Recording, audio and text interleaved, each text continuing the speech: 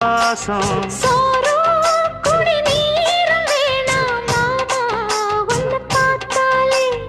ஆறும் பசியாரும் தானாச மொழி கேட்டாலே